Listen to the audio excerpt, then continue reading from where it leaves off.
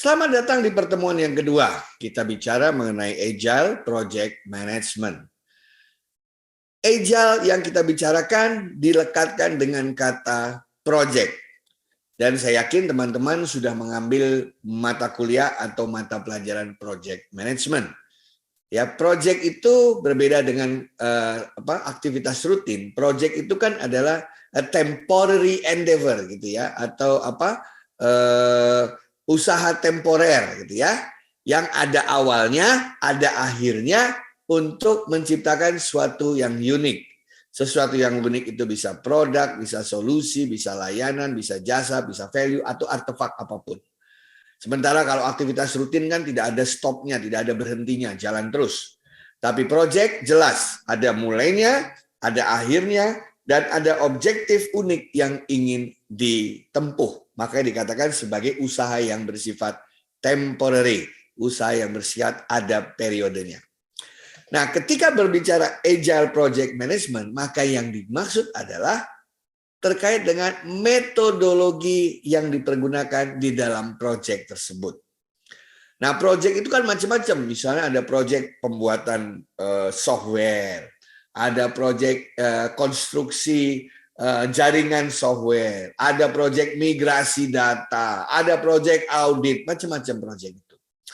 Nah, sebuah proyek dikatakan agile apabila proyek tersebut menggunakan metodologi yang agile atau disebut sebagai agile methodology.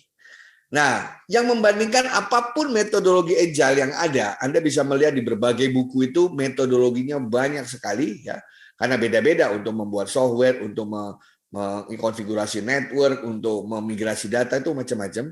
Tapi intinya adalah satu. Mereka membandingkan agile project management itu dengan model-model konvensional. Sebagai contoh misalnya, dulu kalau kita ingin membangun software atau membuat software, kita tahu sendiri kita menggunakan approach yang namanya waterfall. Waterfall itu sifatnya sekuensial, tahap demi tahap.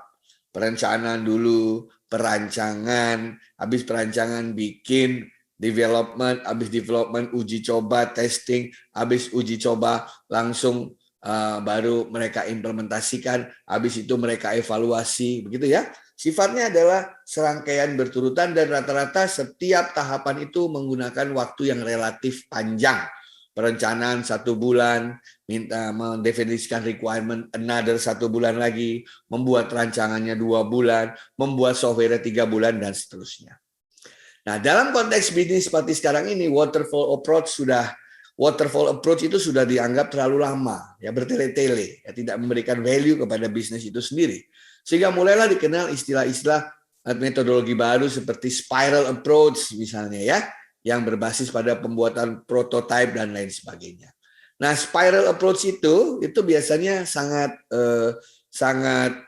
cocok atau relevan dalam konteks agile metodologi, karena dalam agile itu karena yang dipergunakan atau yang dipentingkan adalah kecepatan.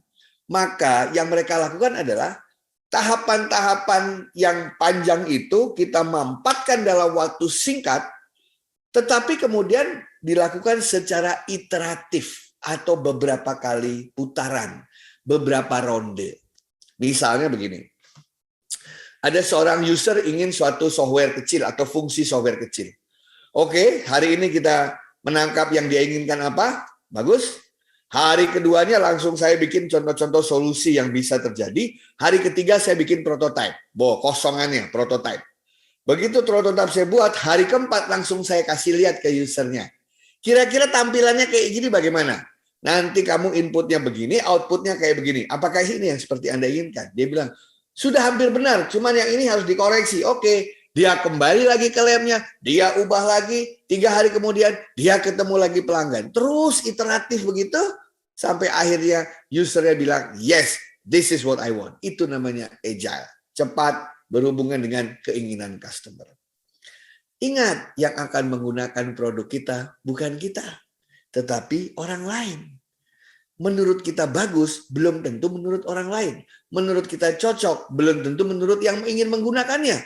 Sehingga dalam konteks agile, cek kepada customer. Masih ingat ya, customer ditempatkan pada pusat dari proses itu sendiri.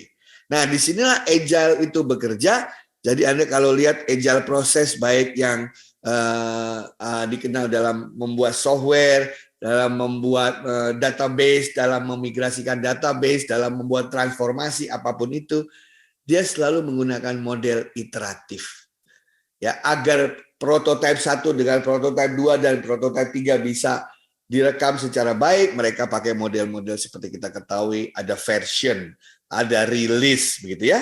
Tapi intinya adalah bagaimana mereka bisa cepat memenuhi kebutuhan pelanggan dan juga berkualitas.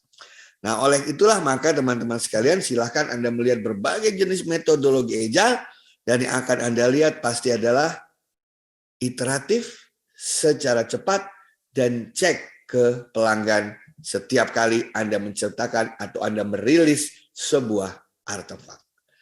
Jadi Agile Project Management adalah yang dalam melaksanakan proyeknya, instead of melakukan banyak sekali tahapan panjang-panjang, dia melakukannya secara cepat di depan, di mana hasilnya selalu dikonfirmasi berkali-kali kepada user, pelanggan, atau mereka yang ingin menggunakannya. Demikian teman-teman sekalian, Agile metodologi yang dimaksud. Silahkan cari metodologi apapun yang cocok bagi Anda, dan Anda akan melihat kriterianya atau karakteristiknya pasti iteratif, cepat, dan selalu mengajak pelanggan, user, pemakai untuk terlibat sebagai konfirmasi dan validasi dari apapun yang ingin kita hasilkan dari proyek terkait. Terima kasih.